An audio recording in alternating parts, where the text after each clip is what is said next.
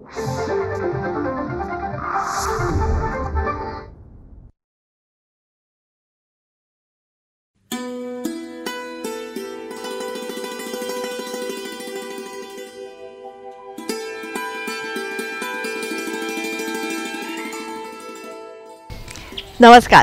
रयतेच्या दरबारमध्ये आपणा सगळ्यांचं हार्दिक स्वागत. निरनिराळ्या सकारात्मक प्रयत्नांची माहिती आपण आपल्या ह्या कार्यक्रमातून करून घेतो, ज्याला उत्तम प्रतिसाद आम्हाला मिळत आहे. त्याबद्दल अनेक अनेक धन्यवाद. त्याच अनुषंगाने मंडळी, मागच्या भागासाठी सुद्धा खूप छान प्रतिसाद आम्हाला मिळाला. मागच्या भागामध्ये आपण आठवडी बाजार याविषयीची संपूर्ण माहिती जाणून घेतली होती आणि पुण्यातल्या एका आठवडी बाजाराला आपण भेट दिली होती. तिथल्या विक्रेत्यांशी बोललो होतो, ग्राहकांशी बोललो होतो आणि तिथल्या सुंदर भाज्या आपण पाहिल्या, धान्य होती किंवा बाकीची सुद्धा वेगवेगळ्या गोष्टी होत्या. या सगळ्या आपण बघितल्या आणि त्यातही या आठवडी बाजारामधले ते भाजीपाल्याचे जे दर होते ना, ते अत्यंत कमी होते, रिझनेबल होते असं अनेक ग्राहकांनी आपल्याला सांगितलं. आणि हे बघितल्यानंतर अनेकांचे मला फोन आले, मेसेजेससुद्धा आले की बऱ्याच शेतकऱ्यांना अशा प्रकारचा भाव मिळत नाही आहे. तेव्हा आमची ही विनंती आहे की शेतकरी वर्गाने आम्ही ही जी संस्था दाखवली ना, अशासारख्या अनेक संस्था असतील, या संस्थांशी तुम्ही संपर्क साधा आणि यांच्या आठवडी बाजारामध्ये तुम्ही सहभागी व्हा. नक्की तुमचा फायदा होईल आणि चांगला माल ग्राहकांना सुद्धा मिळेल. अशाच प्रकारची वेगवेगळ्या विषयांवरची माहिती जर का तुम्हाला हवी असेल ना, तर रयतेचा दरबार नित्य बघत राहा. त्यासाठीच एकमेकांना मदत करू, एकमेकांची काळजी घेऊया आणि सगळ्यांचं जगणं समृद्ध करूया. त्यासाठीच रयतेचा दरबार.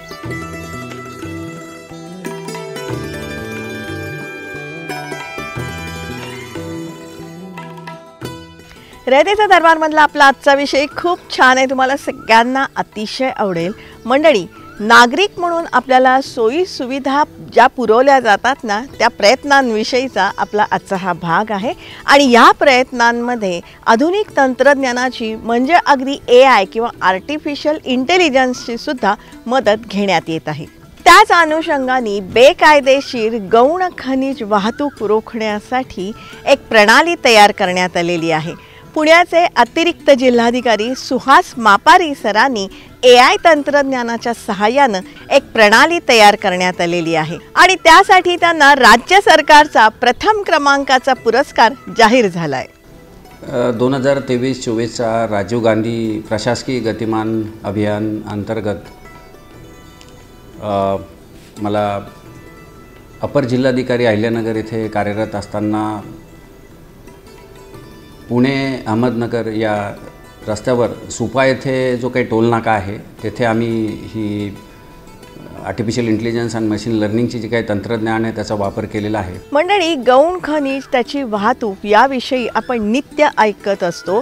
त्यामध्ये विविध प्रकारचे गैरव्यवहार घडत असतात, त्याविषयीच्या बातम्याही आपण समजून घेत असतो. त्याच अनुषंगाने मुळात गौण खनिज म्हणजे काय तेही आपण समजून घेऊया. रेती, वाळू, मुरुम, माती आणि इतर खनिज जी बांधकाम आणि इतर कामांसाठी वापरली जातात, जी अधिकृतपणे गौण खनिज म्हणून घोषित केली जातात, यामध्ये बेकायदेशीर उत्खनन, वाहतूक, गैरवापर इत्यादी गोष्टी घडत असतात. त्यातही या गौण खनिजासाठी शासनाला रॉयल्टी द्यावी लागते. हे रॉयल्टीचे दर आणि गौण खनिजाच्या विक्रीचे दर यात खूप अंतर आहे. त्यातूनच या क्षेत्रात गैरव्यवहार होत असतात आणि हे गैरव्यवहार रोखण्यासाठी शासन पातळीवरून बरेच प्रयत्न केले जातात. त्या बाबतीतला हा एक किस्सा आहे. एका गावामध्ये आम्ही शूटिंग करत होतो. शूटिंग संपल्यानंतर आम्ही परतीच्या प्रवासाला लागलो, पण आमच्याबरोबर त्या गावच्या प्रांताधिकारी होत्या, ज्या महिला होत्या त्या आमच्याबरोबर होत्या आणि विविध गोष्टी त्या आमच्यापाशी बोलत होत्या. त्यांची गाडी आमच्या गाडीमागून येत होती. अचानक रात्रीची वेळ होती. अचानक बाईंनी सांगितलं की आत्ताच्या आत्ता गाडी थांबवा.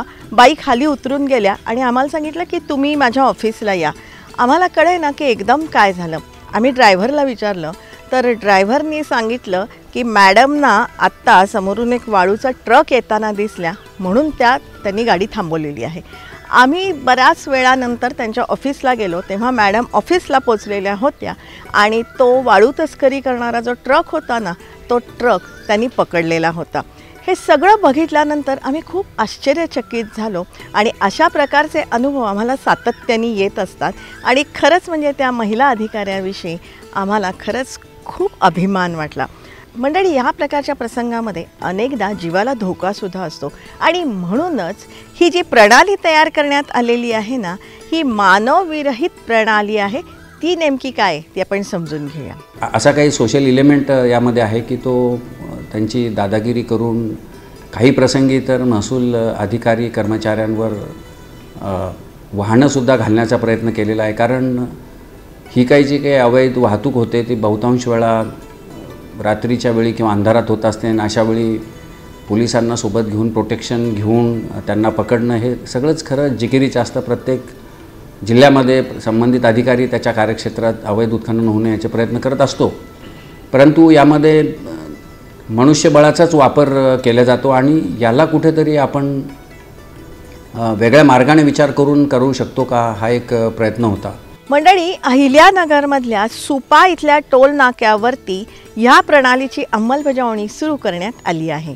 म्हणजे मानवविरहित कुठल्याही याचा ह्युमन इंटरव्हेन्शन किंवा इंटरफरन्स न ठेवता अशी काही आपल्याला तंत्रज्ञान वापरून करता येईल का, हा मला प्रश्न पडला. आणि त्यातूनच खरं म्हणजे हा सुपा येथील प्रयोग यशस्वी केला. यामध्ये शासनातर्फे जे काही महाखनिज प्रणाली आहे, हे शौर्य टेक्नॉलॉजी ज्यांच्याकडून हा ऑपरेशन आणि मेंटेनन्स या सिस्टीमचं केलं जातं, त्यामध्ये अहिल्यानगरमध्ये काम करत असताना मग याच्यावर आम्ही काम केलं. कुंभार वडार समाजाचे त्यांना जे काही शासनातर्फे जे काही एक ठराविक ब्रास, माती किंवा दगड कुंभार आणि वडार समाजाला जो काही अनुज्ञ आहे त्यांनासुद्धा त्यांचे आय कार्ड देऊन त्यांना कसं सिस्टीममध्ये रेग्युलराईज करता येईल हा एक प्रश्न होता. तो पण आम्ही तिथे केला.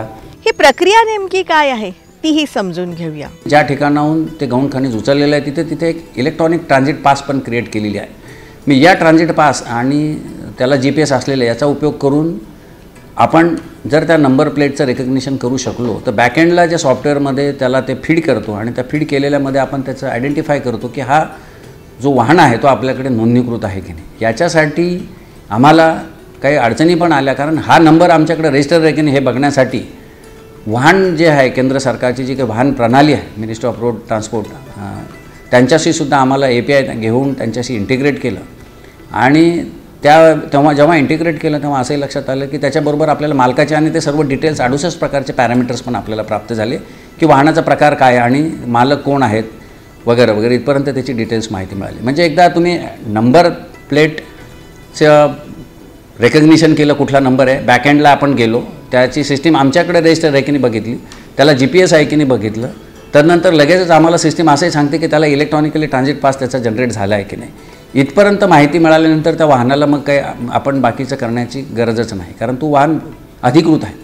त्याचवेळी मात्र जर अनधिकृत असेल तर त्याचवेळी मग आम्ही टॉपला, म्हणजे त्या गाडीच्या वर जो टोल नाका असतो तिथे वर टॉपला पण काही कॅमेरे बसवले आणि तिथनं त्याचे फोटो काढले, स्नॅप. कारण गाडीचा जो स्पीड आहे तो अगदी 0 झालेला असतो. यातून जे अनधिकृतपणे वाहतूक करत असतील ना त्यांच्यावरती कारवाई करण्यात येते आणि तिथेच इंटरनेटच्या माध्यमातून त्यांचा पंचनामा सुद्धा करण्यात येतो. तर एकदा आपण सुरुवातीला त्याचा फोटो, त्या नंबरचं रेकग्निशन केलं, त्या नंबर बॅकएंडला बघितलं, त्याला GPS आहे का, त्याला ETP आहे का, त्याला तो जर आहे आणि तो जर दगड वाहतूक करत आहे, त्याच्याकडे त्याची ETP आणि GPS व्हॅल्यूड आहे, तर मग त्या वाहनाला आपण काही ॲक्शन घेत नाही. परंतु जर ते वाहन, तो जो क्रमांकाचा आहे तो रजिस्टर्ड नाही आहे आणि त्याच्यामध्ये गौण खनिज आहे असं जर आपल्याला ते फोटो सांगतो, तर त्या केसमध्ये मात्र आपण त्याला ऑनलाईन त्याचा पंचनामा करतो. मंडळी, या प्रणालीद्वारे 1,28,00,000 रुपयांचा दंड जमा करण्यात आला आहे. 88 वाहनांचा जो प्रकार, वेन आय लेफ्ट अहिल्यानगर तेव्हा जवळपास सुमारे 88 वाहनांपैकी 46 वाहनांना जी काही प्रक्रिया होती नोटीस देऊन त्याचं म्हणणं ऐकून घेऊन त्याला हे करण्याची, तर तो आपण जवळपास माझ्या माहितीनुसार 1,28,00,000 आपण दंड तो तिथे हे केलेला होता. बाकीची प्रक्रिया जी आहे सुनावणीच्या स्तरावर होते आणि ती होती. तर मुद्दा यामध्ये एकच आहे की अशा प्रकारच्या, म्हणजे विदाऊट एनी ह्युमन इंटरव्हेन्शन आपण तंत्रज्ञानाचा वापर करून जर याच्यावर वचक बसू शकलो तर याच्यामध्ये निश्चितच फायदा आहे. आणि या पूर्ण जर इस्टिमेट काढला आपण, कॉस्ट बेनिफिट ॲनालिसिस जरी करायचा प्रयत्न केला, तर यामध्ये आम्हाला साधारणतः 11 लाख अधिक 3 लाख, म्हणजे सुरुवातीची सिस्टीम होती एवढंच होतं, पण त्याचं जे आउटकम आहे ते जवळपास आपण बघितलं की 1.25 कोटी रुपयाचा दंड 46 लाखातून आपण उपलब्ध करून दिलेला आहे. मंडळी, आता सोमाटणे इथल्या फाट्यावरतीही ही प्रणाली बसवण्यात आली आहे आणि आता राज्यातल्या सर्व टोल नाक्यांवरती ही प्रणाली बसवण्याच्या बाबतीमध्ये एक प्रस्ताव सादर करण्यात आला आहे. आणि हे जे तंत्रज्ञान आहे स्केलेबिलिटी याची तिथे तयार केल्यानंतर आपण इथे सुद्धा पुण्याला सोमाटणे फाटा जो आहे जुना मुंबई पुणे हायवेला तिथे पण इस्टॅब्लिश केलेली आहे. आणि राज्य शासनाकडे आता आपण ते प्रस्तावित केलेलं आहे की हा आपण पूर्णच याला सर्व जे काही टोल नाके आहे त्याला जर आपण हे लावू शकलो तर हे निश्चित प्रकारे एक चांगला बेनिफिट यातून उपलब्ध शासनाला महसूलही होईल आणि एक चांगलं वचकही निर्माण होईल. या प्रणालीमध्येही अनेक आव्हानं आहेत. म्हणजे ही प्रणाली 100% फुलप्रूफ नाही. त्याबाबत असं आहे की चोरांना वाटांबरोबर पळवाटाही माहिती असतात. की आता या टोलच्या माध्यमातून जी काही वाहनं जातात म्हणजे तुमचं काही सगळं 100% तुम्ही कव्हर केलं असं होत नाही. नंतर आमच्या असंही लक्षात आलं की वाहनं जे अपेक्षितच आहे की जे पूर्ण कव्हर करून त्यांना नेणं अपेक्षित आहे कुठलंही आहे की जेणेकरून 2 व्हीलर किंवा जे काही प्रवास करतात त्यांच्या डोळ्यात उडू वगैरे नाही. परंतु त्यांनी नंतर असं लक्षात आलं की याचं प्रमाण खूप कमी झालं. लोकांना त्याची माहिती झाली आणि लोकांनी मग ती वाहन कव्हर करायला सुरुवात केली. चांगली गोष्ट पण झाली. हो, चांगली झाली. आमचा रेशो कमी झाला. आणि दुसरा असाही प्रकार त्यांनी हे केला की त्या टोलला जो काही बायपास असेल MIDCच्या रस्त्याच्या मार्गात त्यांनी तसाही करण्याचा प्रयत्न केलेला. म्हणजे फुल प्रूफ टेक्नॉलॉजी आपण असं म्हणणार नाही, परंतु याच्यातून एक स्कॅनिंगच्या माध्यमातून आपण जर या तंत्रज्ञानाला सगळ्या जर टोल नाक्याला करू शकलो आणि जर गॅन्ट्रीसुद्धा तर तयार करू शकलो की आपल्याला माहिती की ठराविक ठिकाणीच कुठल्याही भागाचा जर विचार केला तर तिथे खानपट्ट्या असतात. त्या खानपट्ट्यामध्ये आपण एक गॅन्ट्री पण उभारू शकतो. मंडळी, सध्या कडक उन्हाळा आहे, त्यातूनच पाणी टंचाई निर्माण होते आहे आणि पाणी टंचाईवरचा उपाय म्हणजे टँकर. त्याही बाबतीमध्ये सरांनी अहिल्यानगरमध्ये जलदूत ही प्रणाली राबवली होती. टंचाईचा एक खूप मोठा विषय असतो. आपल्याला माहिती आहे की ग्रामीण भागामध्ये पर्जन्यमान जर कमी झालं तर टँकर लावावे लागतात आणि मग या टँकरची प्रक्रिया त्याची मंजुरीपासून जिल्हाधिकाऱ्यांचे अधिकार आपण उपविभागीय अधिकारी प्रांतांना दिलेत आणि मग त्याची जी टँकरचे प्रस्ताव कुठे आहे, कारण तो प्रस्ताव ग्राम पातळीवर ग्रामसेवक आणि जो काही तलाठी आहे त्यांच्यामार्फत सरपंचांच्याकडून BDOकडे येतो, गटविकास अधिकाऱ्याकडे. तिथला जो डेप्युटी इंजिनियर आहे पाणी पुरवठ्याचा BDO आणि तहसीलदारांची समक्ष ते स्थळ भेट देतात आणि खरंच पाणी टंचाई का त्याचं ॲनालिसिस करतात. मग त्या पाण्याचा उद्भव कुठे आहे पासून तर किती त्याला पाण्याच्या खेपा आणि कुठल्या भागात टाकायचं याचं नियोजन करून तो प्रस्ताव पाठवला जातो आणि त्याची मंजुरी होते. या मंजुरीचं पण आम्ही डिजिटायझेशन केलं आणि एक टँकरचा प्रस्ताव त्याला मंजुरीचं एक सॉफ्टवेअर युटिलिटी बनवलं आणि त्याची ट्रॅकिंग पण केली. केवळ मंजूर होऊन फायदा नाही तर ते टँकर तिथं त्या वेळेला गेलं का, त्याच्या किती खेपा झाल्या याच्यासुद्धा एक एंड टू एंड असं MIS केलं. याला आपण एक छान नाव दिलं होतं जलदूत म्हणून. म्हणजे टँकर मंजुरीपासून तर ट्रॅकिंगपर्यंत. तर या सगळ्या प्रक्रियेचं MIS डॅशबोर्ड आपण गाव पातळीवर, तालुका पातळीवर आणि जिल्हा पातळीवर आपण उपलब्ध करून दिलं. जिल्हा पातळीवर जिल्हाधिकारी, टंचाई शाखा, नंतर मुख्य कार्यकारी अधिकारी, जिल्हा परिषद आणि कार्यकारी अभियंता पाणी पुरवठा, तालुका पातळीवर उपविभागीय अधिकारी, तहसीलदार, BDO आणि त्यांचे डेप्युटी इंजिनियर, ग्राम पातळीवर तलाठी आणि ग्रामसेवक. ते एक पब्लिक डोमेनमध्ये किती टँकर मंजूर झालं, त्याला किती खेपा गेल्या की नाही, याचं जे प्रत्यक्ष जो काही याच्यातला गॅप असतो, वेळेत झालं की नाही किंवा तिथं पाण्याच्या खेपा झाल्या की नाही, याच्या युजली अशा तक्रारी असतात. ते मला असं वाटतं की जलदूत जो आहे की एंड टू एंड आपण टँकरच्या मंजुरीपासून त्याची जी ट्रॅकिंग आहे तर तीसुद्धा त्यामधून केलं आणि त्याचा यशस्वी प्रयोग पण आपण तिथे केला. टँकरची सुविधा नागरिकांना सहज मिळावी म्हणून यंत्रणेतला प्रत्येक घटक विविध प्रकारचे प्रयत्न करत असतात. याच बाबतीमध्ये मंडळी, पुणे महानगरपालिकेमध्ये नव्यानं समाविष्ट झालेल्या गावांचा पाणी प्रश्न आपण आपल्या ह्या कार्यक्रमामध्ये मांडला होता आणि तेव्हा आपल्याला जाणवलं की या समाविष्ट गावातल्या अनेक सोसायट्यांना पाणी मिळत नव्हतं आणि त्यासाठी टँकरसाठी ह्या सोसायट्यांचा दरवर्षी काही कोटी रुपये खर्च होत होते. त्यातही त्या पाण्याचा दर्जा म्हणा, त्यातून उद्भवणारी रोगराई असेल किंवा एक प्रकारची बेभरवशी यंत्रणा, यामुळे हे सगळे नागरिक त्रस्त झालेले होते. त्यातही आपण इथे बघितलं की पाईपलाईन असून सुद्धा पाणी पुरवठा मात्र टँकरद्वारे करण्यात येत होता. मंडळी, अशी परिस्थिती असली ना तरी नागरिकांसाठी विविध उपाय योजण्यात येत असतात. ते नेमके उपाय काय आहेत ना, त्याची दखल आपण घेण्याची आवश्यकता आहे. मला असं वाटतं की सुशासनाचा कदाचित हा एक निर्देशांक आहे की फुटफॉल किती कमी झाला. कार्यालयामध्ये येणारे आपण जर म्हणतोय डिजिटायझेशनची प्रक्रिया आहे तर त्या डिजिटायझेशनच्या प्रक्रियेमार्फत त्याला ईज ऑफ लिव्हिंग म्हणजे ईज ऑफ डुईंग जर बिझनेस असेल तर त्याला लिव्हिंग विल, म्हणजे त्याचंच एक उदाहरण म्हणजे आम्ही एक ई रेकॉर्ड्स नावाचं शासनाचा एक प्रकल्प आहे. त्यामध्ये जे जुने अभिलेख आहे, आपल्याला माहीत असेल की मध्ये कुणबी दाखले देण्याचा जो प्रश्न होता, तर सगळे जुने स्कॅन केलेले रेकॉर्ड्स आपल्याला नागरिकांना उपलब्ध करून द्यायचे होते. तर अहमदनगर म्हणजे तत्कालीन जो जिल्हा होता तो, त्या जिल्ह्यामध्ये आपण काय केलं की जो 1.79 कोटीचा जो डेटा होता तो डेटा स्कॅन होता, TCSने केलेला होता स्कॅन, पर तथापि तो पब्लिक डोमेनमध्ये उपलब्ध नव्हता, म्हणजे तो डिजिटल स्वाक्षरीकृत नव्हता. मग आपण सर्व महसूल अधिकारी कर्मचाऱ्यांच्या याच्या लक्षात आलं की हाच जर आपण डिजिटली स्वाक्षरी जर उपलब्ध करून दिला, स्कॅन केलेला जसं डिजिटल स्वाक्षरीत करून घेतलं, तर जगाच्या कुठल्याही कोपऱ्यातून त्याची आपल्याला कुठल्याही कार्यालयात न जाता घर बसल्या आपल्याला तो डिजिटली साईन रेकॉर्ड जर मिळाला. मंडळी, निरनिराळ्या विकास कामांसाठी भूसंपादन करण्यात येत असतं, त्याचबरोबर त्यांचं पुनर्वसनही करण्यात येतं. या प्रक्रियेला गती मिळावी म्हणून ही काही प्रकल्प राबवण्यात येत आहेत.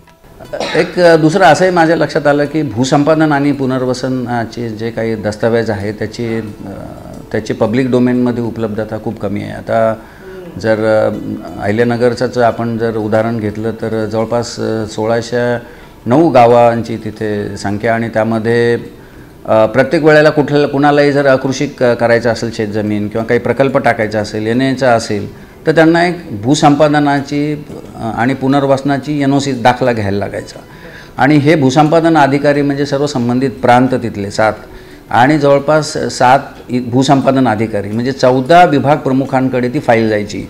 सपोज एखादं गाव आहे, चास नावाचं गाव अहमदनगर अहिल्यानगर तालुक्याचं, त्यातल्या चासमध्ये गट नंबर 1चा मला NOC पाहिजे की त्या गटामध्ये शासनानं मागील काही वर्षापासून काही भूसंपादन केलं आहे की नाही, किंवा तिथं पुनर्वसनाचा काही विषय आहे की नाही. याच्यासाठी त्याने अर्ज केल्यानंतर जिल्हाधिकारी कार्यालयाची 14 लोकांकडे ती फाईल जाणार आणि त्यांची NOC येणार. It takes very much time.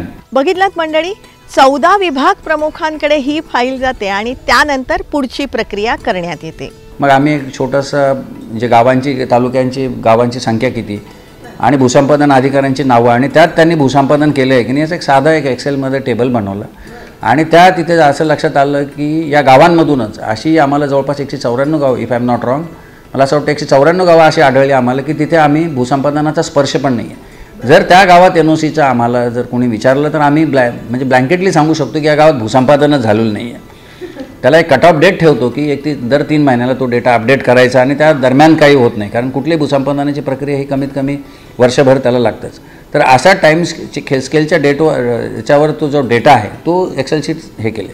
म्हणजे जो संबंधित जो कोणी त्यातला समन्वय अधिकारी असतो भूसंपादना, ज्याच्याकडे ती फाईल आल्यावर तो बघतो की या गावामध्ये आहे का.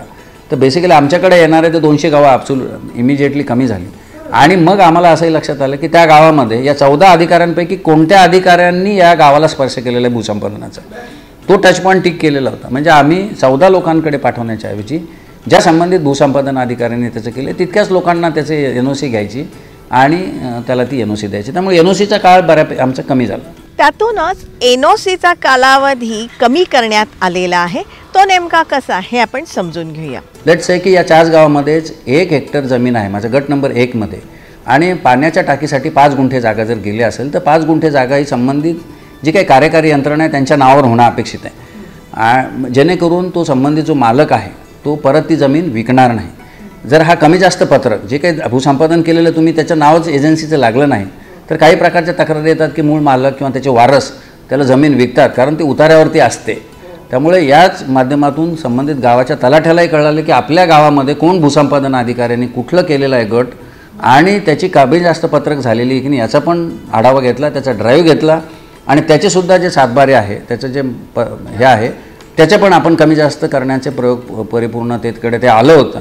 त्यातही मंडळी, पुनर्वसनासाठी ज्या जमिनी देण्यात येतात ना त्याचं संपादन आणि वाटप ह्या प्रक्रियेचंही डिजिटायझेशन करण्यात आलं आहे.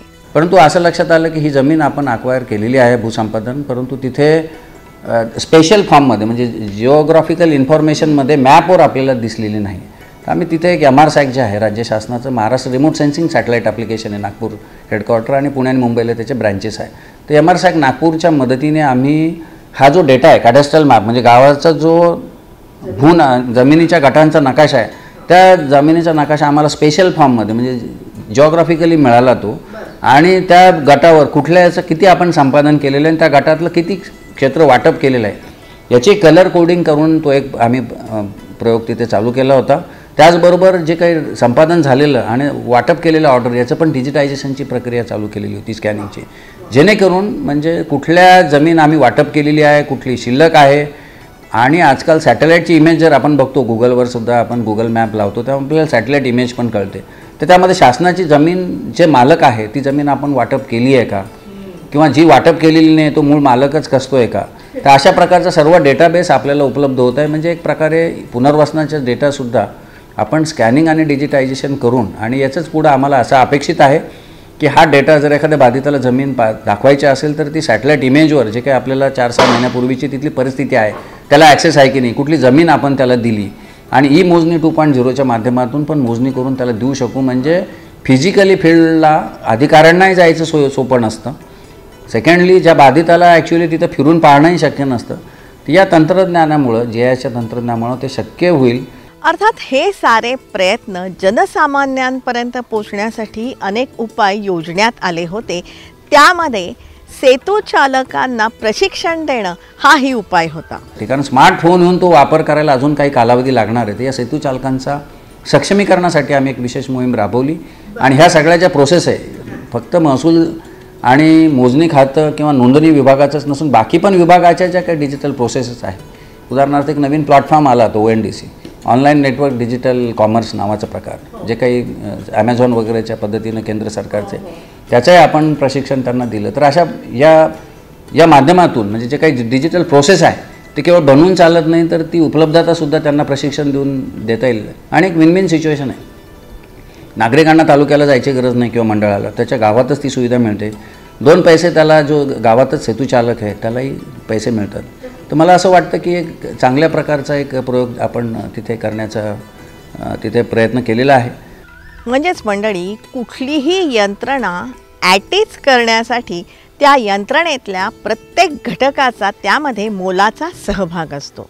हे सगळे जे काही प्रकल्प राबवले की महाखनिजचा असेल, ई ऑफिस असेल, ई रेकॉर्ड्स आहे किंवा जलदूत असेल, आमचे तत्कालीन जिल्हाधिकारी भोसले सर असतील किंवा सालीमठ सर असतील, आमचे पालकमंत्री आणि मंत्री महसूल विखे साहेब असतील, आणि सर्वच म्हणजे लोकप्रतिनिधी, आमच्या सगळे उपविभागीय अधिकारी, तहसीलदार, मंडळ अधिकारी, अगदी डाऊन द लाईन तलाठ्यांपर्यंत सर्वांनी अतिशय चांगल्या पद्धतीनं सहकार्य केल्यामुळेच हे यश याला मिळू शकले, ही वस्तुस्थिती आहे. बघा मंडळी, आर्टिफिशियल इंटेलिजन्सनी आपलं आयुष्य व्यापलेलं आहे, जे आपण भल्यासाठी वापरण्याची आवश्यकता आहे. त्याचं आपण स्वागत करूया, त्याची माहिती घेऊया आणि आपलं जगणं सुखद करूया. त्याच अनुषंगाने आपला आजचा विषय तुम्हाला कसा वाटला हे तुम्ही जरूर आम्हाला सांगा. संपर्कासाठी आमचा पत्ता आहे rayatecadarbar@gmail.com. जरूर आमच्याशी संपर्क साधा. तुमच्याकडे काही माहिती असेल, प्रश्न असतील, सूचना असतील ते तुम्ही आमच्यापर्यंत नक्कीच पोचवा. रयतेचा दरबारमधले हे जे सगळे एपिसोड आहेत ना, 450च्या वर एपिसोड आहेत, हे तुम्ही वारंवार बघू शकता आमच्या यूट्यूब चॅनलवरून. जनता दरबार.zd आणि रयतेचा दरबार या दोन्ही नावाने आमचे यूट्यूब चॅनल आहेत, जी तुम्ही सबस्क्राईब करण्याची गरज आहे. रयतेचा दरबार आम्ही प्रसारित करत असतो दर सोमवारी रात्री 9 वाजता सह्याद्री वाहिनीवरून. सोमवारचाच हा एपिसोड आम्ही पुन्हा प्रसारित करत असतो दर शनिवारी सकाळी 8 वाजता सह्याद्री वाहिनीवरून. सोमवार रात्र 9, शनिवार सकाळ 8 हे जे दोन्ही एपिसोड आहेत ना, हे तुम्ही लाईव्ह बघू शकता सह्याद्री वाहिनीच्या फेसबुक पेजवरून. जरूर बघत राहा, कारण आम्ही ही जी माहिती तुम्हाला सांगतोय ना, या माहितीच्या उपयोगामुळे अनेकांचे लाभ होत आहेत किंवा होऊ शकतात. हा मात्र त्यासाठी रयतेचा दरबारचा प्रत्येक एपिसोड आपण बघायला पाहिजे. त्यासाठीच एकमेकांना मदत करू, एकमेकांची काळजी घेऊया आणि सगळ्यांचं जगणं समृद्ध करूया. त्यासाठीच रयतेचा दरबार.